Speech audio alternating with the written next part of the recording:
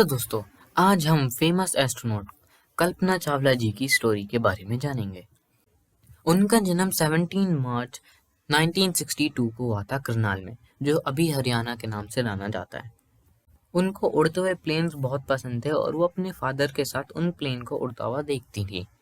अब हम उनकी पढ़ाई के बारे में जान लेते हैं। पहले उन्होंने अपनी bachelor of engineering degree in aeronautical engineering complete की थी पंजाब इंजीनियरिंग कॉलेज से, और फिर वो बाद में 1982 में यूएस में शिफ्ट हो गई थी।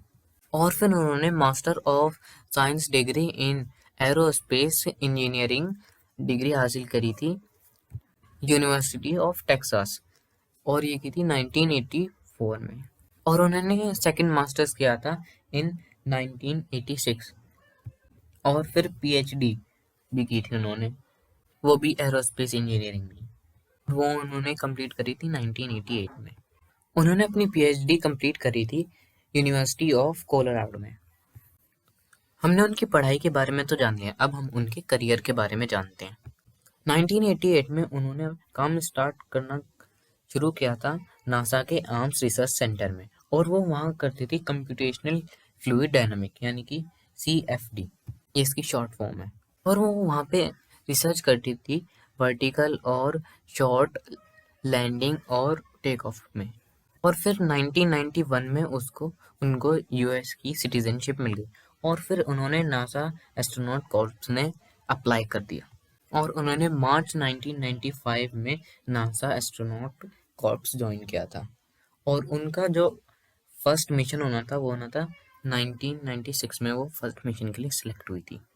अब हम उनके पहले मिशन के बारे में जानते हैं। उनका पहला मिशन हुआ था 19 नवंबर 1997 में, और उस ग्रुप में 6 एस्ट्रोनॉट का ग्रुप था, और उनमें से वो एक थी, और वो जा रहे थे space shuttle Columbia flight STS-87 में। और फिर वो पहली वुमेन बन गई इंडिया से बिलोंग करती हैं जो स्पेस में जाने वाली। और वो अपने पहले ही मिशन में 8.4 मिलियन माइल्स तक ट्रेवल करी थी, ये एस्टिमेट है। और उन्होंने स्पेस में 372 आवर्स स्पेंड किए थे, यानी कि 15 डेज और 12 आवर, यानी कि लगभग 16 दिन।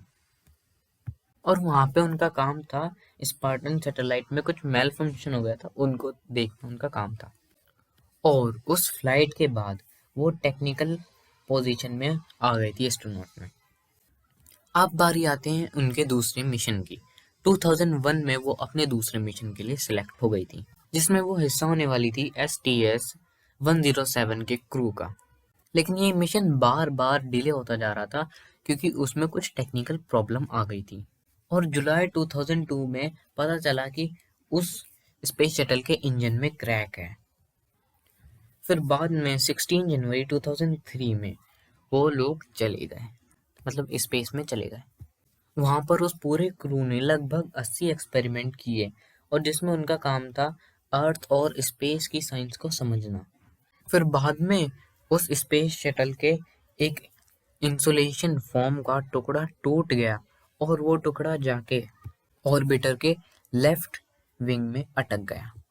पर वो जो डैमेज हुआ था उससे वो ज़्यादा नहीं था, और उस पर किसी ने ज़्यादा ध्यान भी नहीं दिया।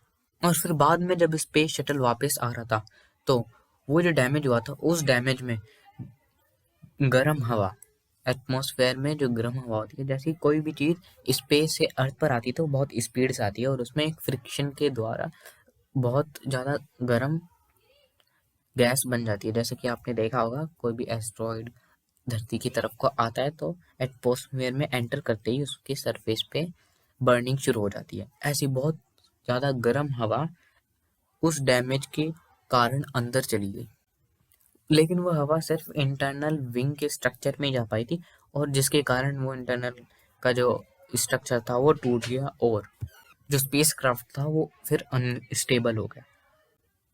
वो जो स्पेस शटल था वो टेक्सास में री एंटर हुआ, और वहाँ पे डिसइंटीग्रेट हो गया। और फिर उधर जो रिमेन थे उनको आइडेंटिफाई किया गया, और पता चला कि जो सारे के सारे 6 एस्ट्रोनॉट थे वो मर चुके हैं, और उनमें वो भी थी। उनकी डेथ हो गई थी 1 फरवरी 2003 में। स्पेस मिशन में हर छोटी छोटी चीज मायने रखती है। हल्की सी भी गलती पूरे मिशन को बर्बाद कर सकती है। हमारी आज की वीडियो के लिए इतना काफी है। हम आपको मिलते हैं अपनी अगली वीडियो में।